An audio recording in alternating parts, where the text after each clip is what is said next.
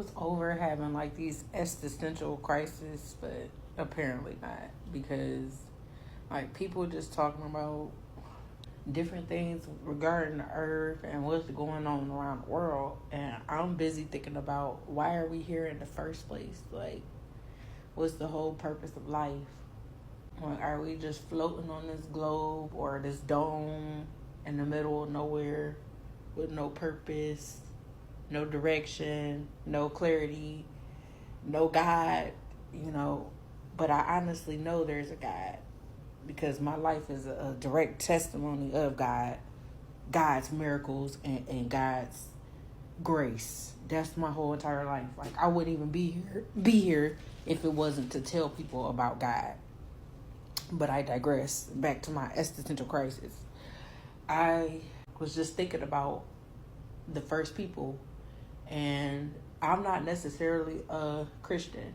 I'm not necessarily a religious person at all, because I grew up in a Muslim and a Christian household that was mainly Muslim, and that was the dominant religion of our household growing up. So growing up as a Muslim with another Christian parent and having to go to the church as well as the masjid, which is a Muslim church, having to go to both, it really kind of broadened my opinion and broadened my view on religion and spirituality and human origins. So to me, the way we got here and why we are here is just different. You know, some days I feel different about it than others, but ultimately what I have concluded is it doesn't matter if the earth is round or flat. It doesn't matter if we have a purpose or not. Hell, it doesn't even matter, you know, who or why we're here. The purpose is just to live life. You know what I mean? The purpose is to experience life, whether it's you can see it, feel it, hear it, doing it, living it. However you can live life today, that's the purpose of life. To live it, to experience life as a human, to experience life as you. And there is no other you. You know what I mean? There could be people that are like you or related to you and, you know, near you and around you, but they're not you. There's only one you. And there's only one of each of us.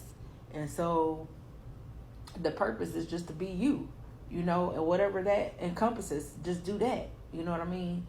So another thing that I was having a little crisis about, a little existential crisis, was just thinking about Adam and Eve. And yeah, I did see this one video yesterday about how the story of Adam and Eve was not that they literally bit an apple, but that they were brother and sisters and they fornicated with each other, and which is, you know what I mean? And so that kind of messed me up. Like, that would mean literally like everyone is literally related. You know what I mean? We are all in some way brothers and sisters. We are all in some way cousins.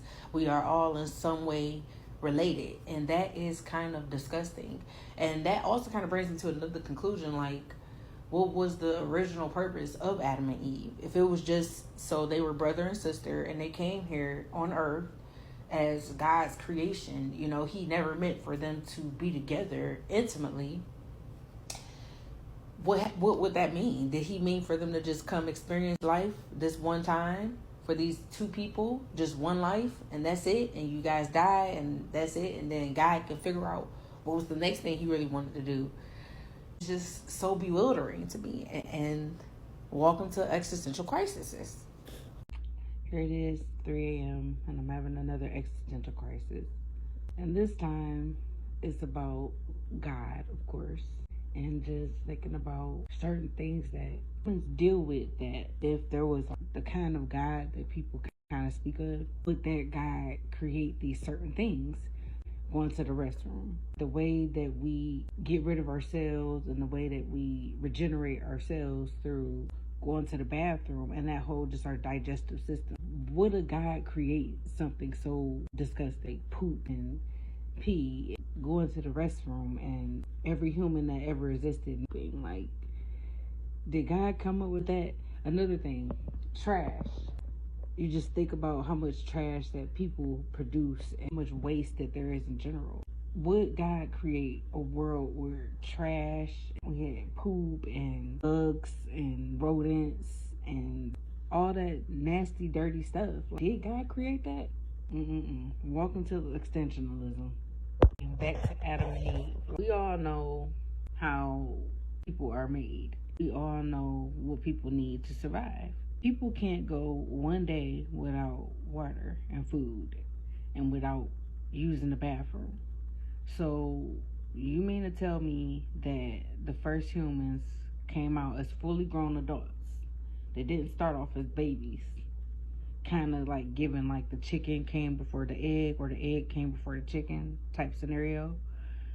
But Adam and Eve, did they appear from the ethers as fully grown adults who didn't have to poop, who didn't have to pee, who didn't eat, who were brothers and sisters that ended up, you know, fornicating with each other? Like, doing here? Like, what is humanity really? You know, what are we really doing here? Because that story, just the more I talk about it, the more far-fetched it just seems. And it just seems like that type of God, the personification of perfection, just doesn't exist. That's just something that we created in our heads to comfort us on this journey of life. But there is a creator. It's just not the creator that people think it is. And for you to be worshiping that and just to not understand truly how to live life and just how to enjoy life and just how to be yourself, it's a shame. But I digress, and I'm going to let it go because this existentialism stuff can go on and on and on.